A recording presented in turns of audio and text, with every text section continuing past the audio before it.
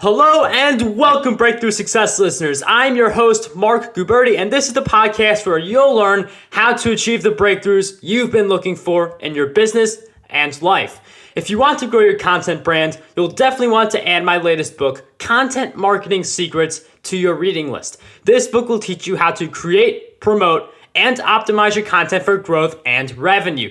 You can get your copy at Mark Guberti, that is Mark with a C. So markguberti.com/book. And now, let's dive right into the show. Hello and welcome. I'm your host, Mark Guberti, and this is the podcast for entrepreneurs who are looking for the breakthrough for their businesses. Podcasting is one of the greatest opportunities we currently have for growing our audiences and building relationships with influencers in our respective niches. And few people know the podcasting world as well as today's guest, a CPA, entrepreneur, and podcaster. He's been heavily involved in the podcasting space since 2013.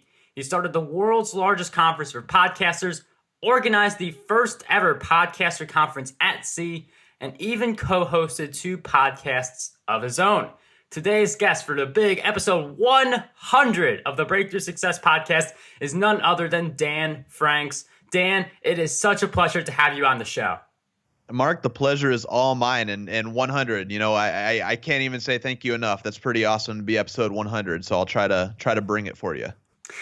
Dan, I really look forward to bringing it in for episode 100. And the podcast movement is one of the biggest podcasting conferences ever. I mean, you guys constantly get so many speakers for that. And for people who want to learn about that, you can head over to podcastmovement.com. But it started out as an idea and a Kickstarter campaign back in 2014. You guys raised a little over $30,000 to make that event a reality. And I'm wondering if you could share with us how you were able to generate that level of attention for the first event and land speakers. Yeah, man. It's a little bit of right place, right time, where the opportunity meets what we were trying to do. Yeah, I mean, so kind of taking a step back where we got the idea for Podcast Movement to begin with really was us. Like you mentioned, I was a podcaster, still am, and I wanted a conference for podcasters. I would go to other media type events, and there would be sessions for podcasters. There would be blogging conferences, and they would have a small track for podcasters, that kind of thing. But there was no conference for podcasters. There was no central event where if I was a podcaster and I wanted to go meet other podcasters and I wanted to go learn more about podcasting, all of those things, it just physically didn't exist no matter how much we wanted it to. And myself and my partners, none of us were event organizers. None of us had done this kind of thing before like we're doing now. But we saw that opportunity, and we didn't really see the opportunity as much from a business perspective. We didn't say, hey, this is a great opportunity to make a lot of money. But what we did say is, hey, this is something we wish existed in the world. It doesn't exist. Someone's going to create it. Why not us? So that's really kind of where this whole thing started. And you mentioned the Kickstarter, which is where we really got this thing off the ground. We just took a step back and said, hey, here's 4 of us, our 4 partners initially. We think this is a good idea. This is something we want. But what are the chances that it's something other people want enough to make this thing sustainable to even host? And that's where the Kickstarter and the crowdfunding came in. Is that crowdfunding campaign really gave us the opportunity to validate this idea. So this idea that we thought was cool and we thought was great, putting up a Kickstarter campaign and not only asking people, hey, do you think this is a good idea? But if so, we need your financial support to not only to show us this was a good idea and show us you agree with it and it's something you would want to be a part of. And that's really where it all started, was just trying to figure out if this was a valid concept. And then from there, kind of the rolling rock started picking up the moss. We started spreading the word around to our fellow podcasters who we had online relationships with just from all of us having podcasts and helping promote each other's shows and being guests on each other's shows and all of those things. And then one thing led to another. And not only were people starting to support financially on the Kickstarter, but also people starting to show interest in being speakers and panelists and all the things that go into a conference, sponsors, exhibitors, that kind of thing. And that's really where it all started and how it started picking up steam during that Kickstarter campaign. And what I love about that story you just said is that it's just based on you seeing something that was missing and then saying, I see this is missing. Instead of me like, oh, shucks, this is still missing, I will provide the solution and I will basically create this opportunity for people who are in the same boat where, like, oh, something's missing. There's not something for podcasters. And it is important for us to be able to do that where we're able to see a problem but then solve instead of wishing someone else would solve it. What specifically would you recommend for people who are in that situation where they see a problem and they're thinking about being the solution? Well, I'll tell you something that really kind of jumped out to me, and I didn't know it was something that existed until we started taking the initiative to do this ourselves. But we had probably a dozen different people come to us after we got this thing going and said, oh, I had that same idea. I was just about to do one myself, or we were just about to start our own conference, but I guess now we won't because you guys got it going. Not necessarily saying that in a negative way, but more just kind of, anecdotally telling us this or telling us, such and such was also thinking about doing something like this. And it really got me thinking, like, A, how many people saw the same need and just didn't take action? And then B, how many of those people, how long have they been doing that and saying, oh, I'm going to do this, I'm going to do this. And then they just were looking for an excuse not to, is what it seemed like, because really, some other smaller things and different things have popped up after podcast movement. But everyone's kind of, welcomed us with open arms as the central place for podcasters to go to every year. And yeah, so you asked about like lessons and what people should do. I really kind of believe in the fire first mentality, which is, ready, fire, aim, that kind of thing. So just taking a chance and putting your foot out there and kind of looking at whatever it is, whatever this idea you have is that you're kind of sitting on the fence on, see this opportunity, wondering if it's something you should take action on, looking for the best way to validate this idea and looking for the best way to test your idea, float it out, and see if it's, if it's something viable, see if it's something you should pursue heavily, or see if it's something you should scrap and move on to the next one. So I think, every situation is different. Every opportunity is different. So you're going to have to not necessarily everyone's going to be a fit for a Kickstarter, or everyone's going to be a fit for some other sort of minimum viable product. But there's something based around your idea that you can do to see if it's something that's a real opportunity, or again, something that you should just throw back in the water. And it is really interesting for a lot of podcasters, also my standpoint, to hear about the backstory of podcast movement, because it's such a large, successful conference that attracts a lot of podcasters. I'll actually be there in 2018, but I'd love to shift back to the overall like growing podcasts, like more of the stuff that we're going to get within podcast movement. So just so we can get a little preview, one of the big things that podcast hosts want to do is they want to get more listeners for their shows. And I'm wondering, with that in mind, what are some of the ways that we can build our audiences to get more listeners for our episodes? Yeah, that's a good question. And like you said, that's probably the biggest question we get. And the reason being, some podcasters get into podcasting to try to make some money. Other people try to get into it to make their art. But regardless of what kind of that end game is, everyone wants more people to listen to whatever it is they're putting effort into and putting time into creating. So what you asked was probably the number one most important question, which is, I've got this podcast and it can really translate to blogs or anything else that people are creating online. How do I get more listeners or more eyes and ears on what I'm doing? And to me, at least in podcasting, especially when you're starting out, the number one thing you can do, on top of, friends and family and trying to spread the word that way. But the number one thing you can do specific to podcasting is try to find podcasters that are podcasting about the same thing you are, on the same topic, the same genre. And quite honestly, try to link arms with some of these people that are also in the same position as you. Say you have some kind of audio drama podcast that's kind of popular right now. Find other audio drama podcasts that are relatively the same age as you, relatively the same size audience as you, and know that probably a lot of their listeners are not the same as yours if you're still on the small side of the podcasting audience size. And try to link arms with them and trade promotion spots. tell these other podcasters that, if you suggest that people, if they like your show, they listen to mine at the end of your episode, I'll do the same at the end of my episodes, and we'll try to kind of cross-pollinate that way. And that's something that's it's kind of the network approach. And a lot of people think that, well, we have to get on a podcast network to be able to start trading advertisements or start trading promotion with one another. But that really couldn't be the further from the truth.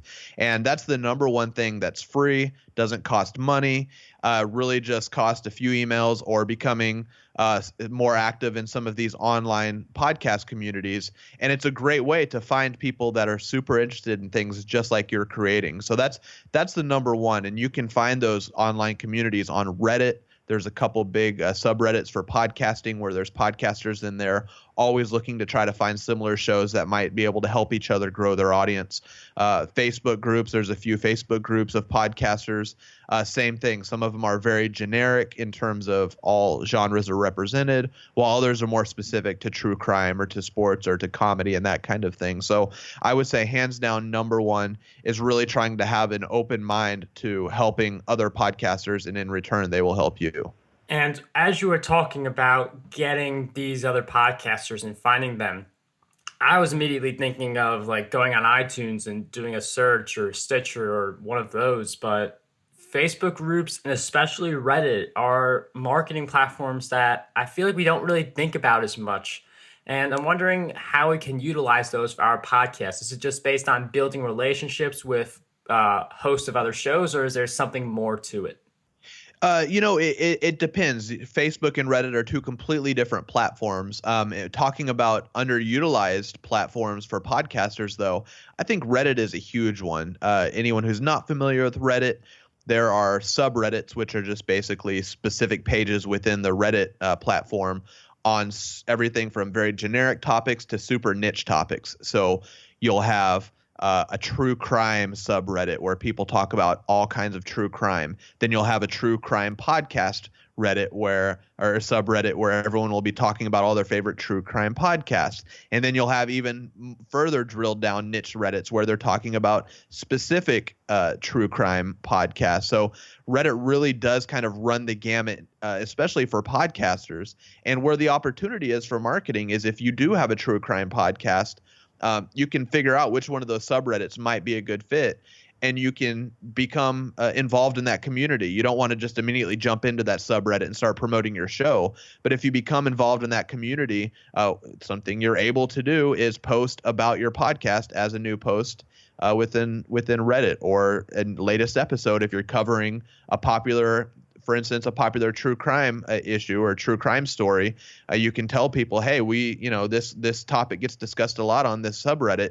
I did an episode where we talked about it in depth, and I had such and such guest on to discuss it with me.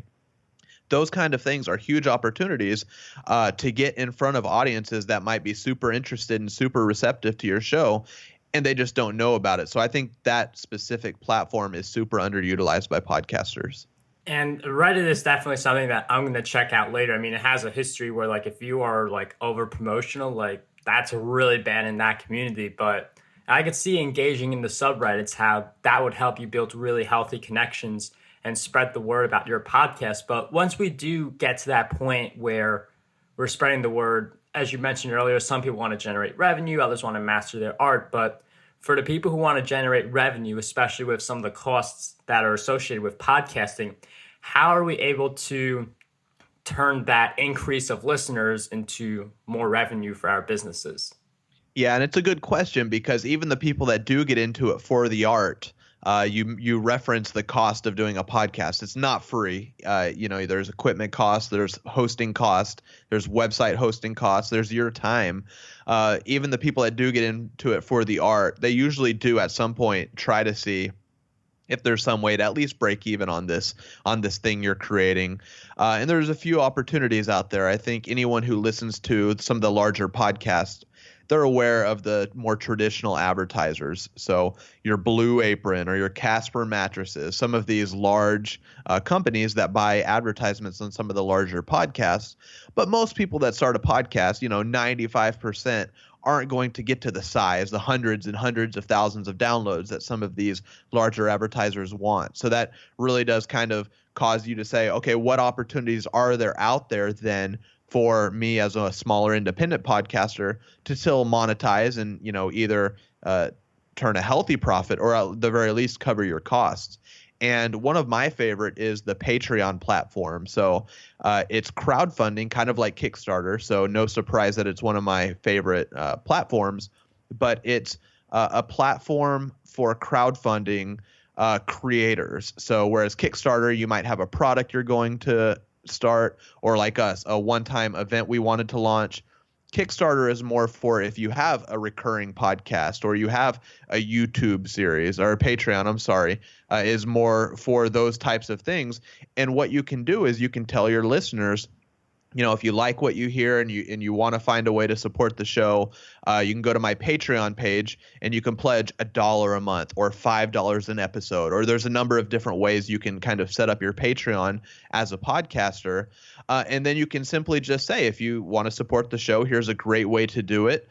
You can also set up, much like Kickstarter, you can set up tiers of rewards. So you can say, here's if you contribute $10 a month, then I'm going to put out a special episode once a month that only $10 supporters will be able to hear. Or if you support at the $20 level, then I'll send you a special T-shirt or that kind of thing. Kind of the sky's the limit. There's no limits to what you can do there. But what it does is it gives your loyal listeners, no matter how many of them there are, the opportunity to help support you. And that's what we hear quite a bit from podcast listeners. They say, hey, here's a show that I really like. I wish I could support them. Like, I'd give them $5 a month just to show them that we appreciate this content that they're putting out for free, but we don't have a mechanism to do that. And that's what Patreon does, is it allows those loyal listeners to support a show. And a lot of times I think podcasters are a little reluctant to hop onto this platform because they say, oh, I only have 100 downloads an episode, or I only have 500, or whatever that number is. But if those people are listening episode after episode, it doesn't matter whether it's a small number or a large number. Those people that are listening are passionate, and there's some percentage of those that want to help support making the show possible. Patreon is definitely an interesting option because, as you mentioned, you can get people to help support the show who would want to support the show anyway. And one thing that has really interested me with your style of doing podcasts is that you've co-hosted 2 different podcasts, and most of the people who I interview who have podcasts, it's just them. It's not like they're doing it with another host. So I'm wondering if you could share with us the dynamic between being the lone host versus co-hosting a show.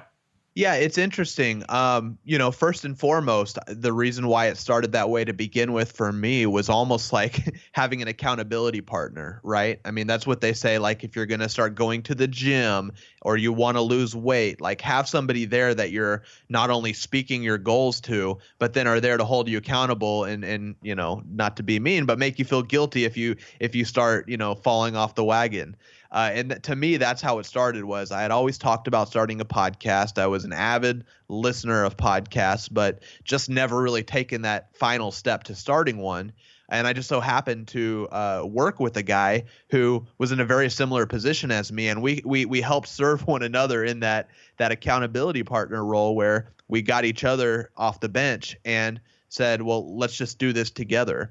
And having that other person that's investing in the equipment and the other person that's investing in starting to create content and things like that really kind of drove me to, all right, I need to show up to recording this week, or we need to publish an episode this week because, Joe over there is doing the same thing. And, I don't want to let Joe down. So, at the heart of it, in terms of the dynamic, like you asked, that was the biggest thing for me, was just knowing that, I'm going to keep pushing these episodes out because that other guy is waiting on me and, counting on me. So, that was the biggest one.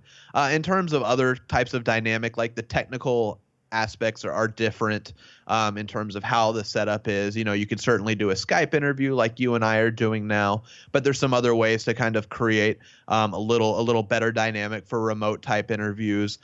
In-person interviews with multiple mic setups is different. It's a little more complicated. So there's plenty of differences in terms of the technical aspect.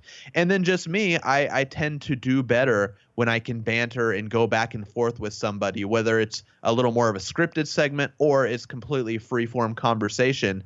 It's just easier for me to have somebody that's on the other side of the mic talking back and forth to me. And I think oftentimes it creates a little more compelling content. I think if you look at any of the really popular radio shows, all the way from, the sports shows that always have two co-hosts to Howard Stern, who's always talking, through the window at Robin and some of his other co-hosts. There's kind of a tried and true method here where multiple people talking and talking to each other creates some more dynamic and compelling audio. So those are just a few of the things that immediately come to mind.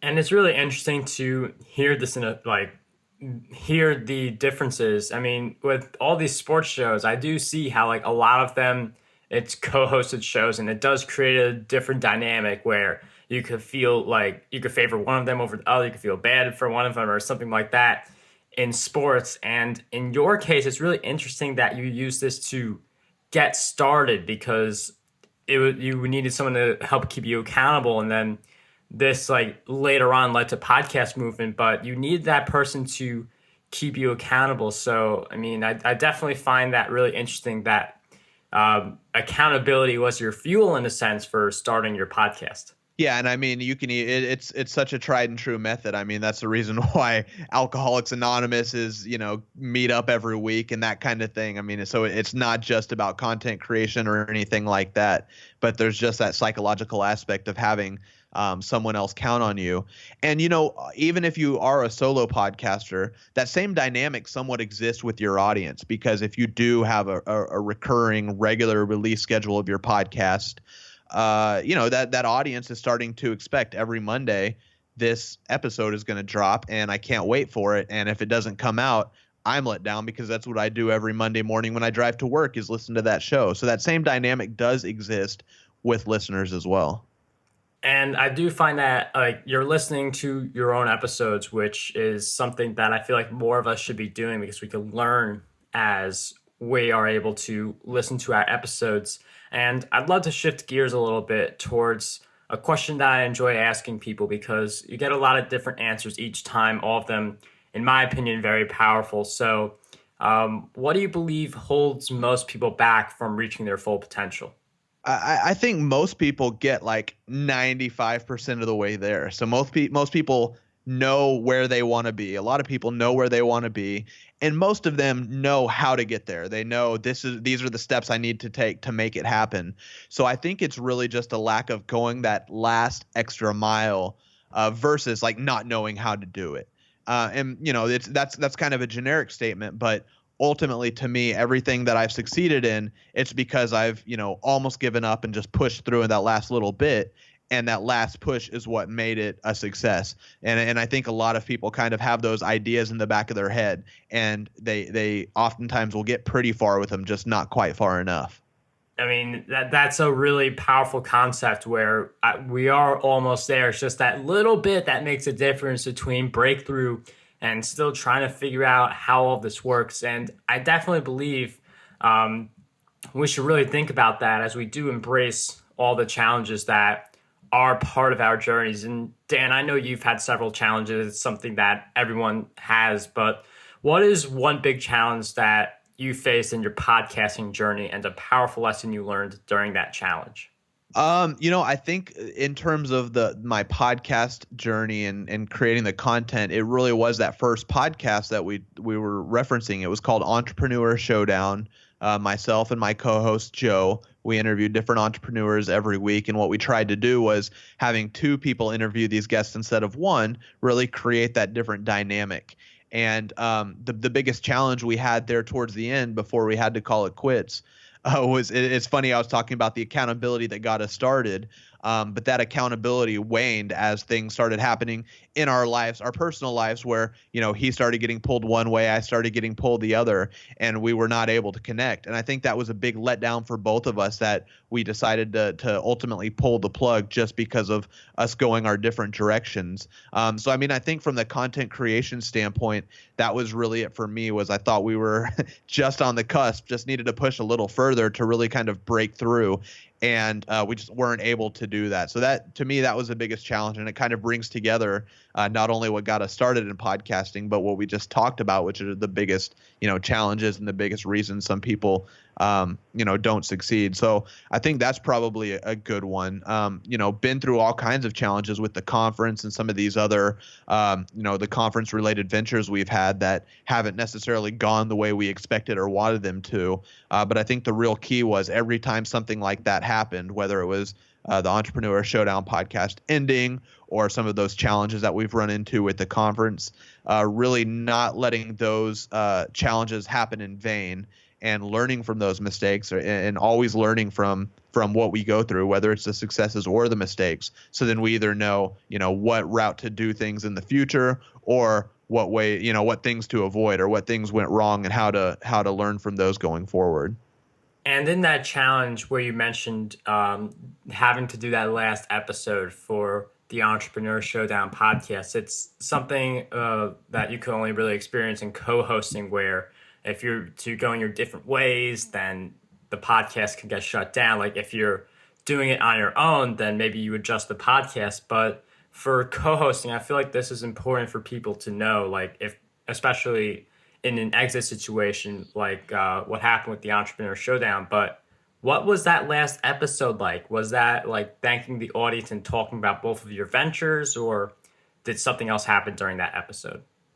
Yeah, unfortunately, it just kind of cut cold turkey. There was not really even a final farewell, and I think that's one of the biggest, when I call it a big challenge and something that, I'm disappointed in the way it ended. I think that might be the biggest one, is just, we signed off from the last episode saying, we'll see you next week, and we never saw people the next week.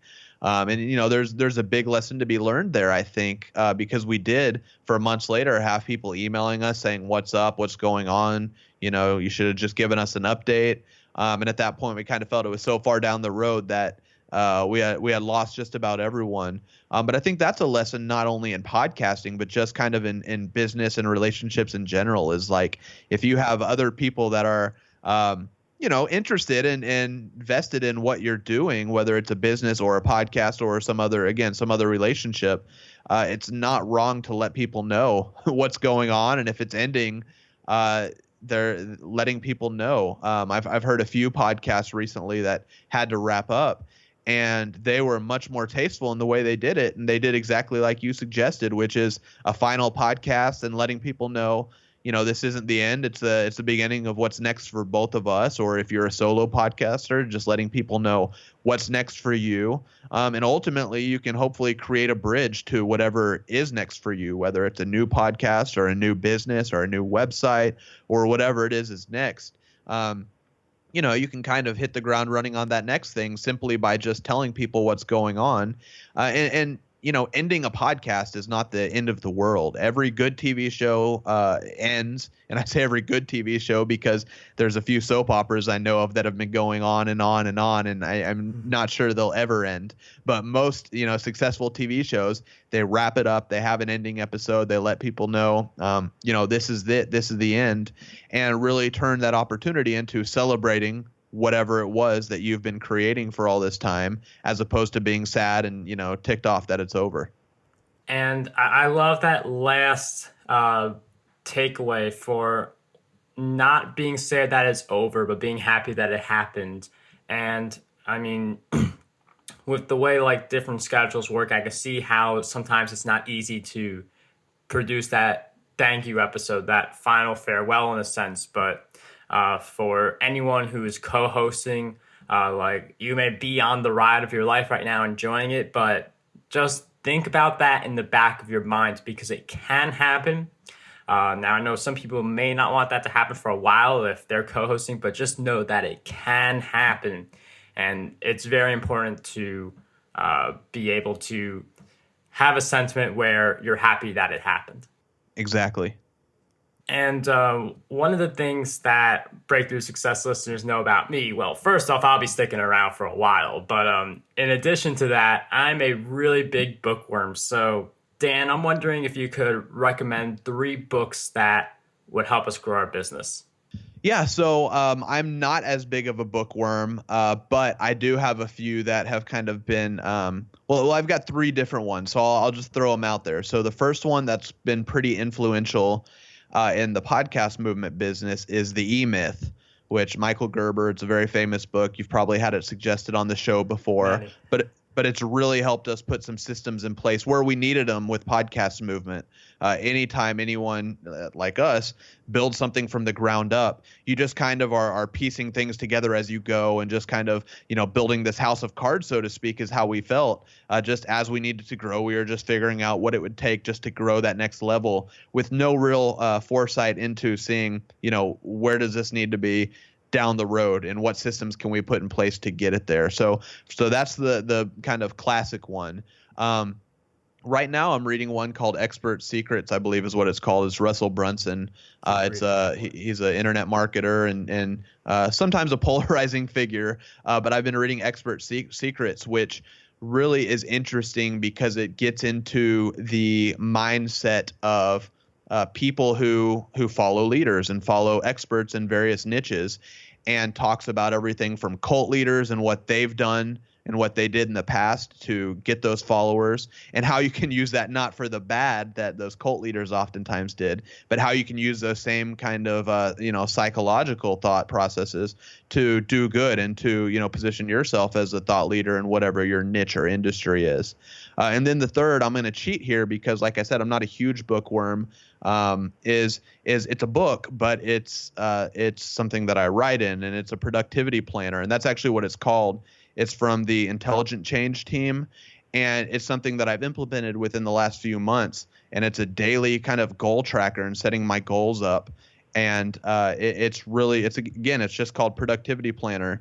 And it's something that's really been influential in how I operate on a day-to-day basis. And it qualifies as a book because there's different segments in here of quotes and stories from productive people in the past, everything from artists to business leaders and things that has really, like I said, helped improve my productivity over the past few months. Dan, thank you for those great book recommendations. I'd like to sidestep a little bit, though, because you mentioned Expert Secrets, and I know you're part into it. Have you got into the webinar chapter yet? No, and that's something that I know Russell's been or is really good at and really successful at. So looking forward to that part. Yeah, I frequently go back to that chapter. I've read the book, but anytime I want to create a new webinar, I always go back to that one. So you're in a treat in the next upcoming pages. Yeah, I'm not surprised. I've been dog-earing and putting bookmarks in various pages just as I go, just things to reference back to. So I have a feeling it's going to be, like you said, a little more of a reference book than just a one read book.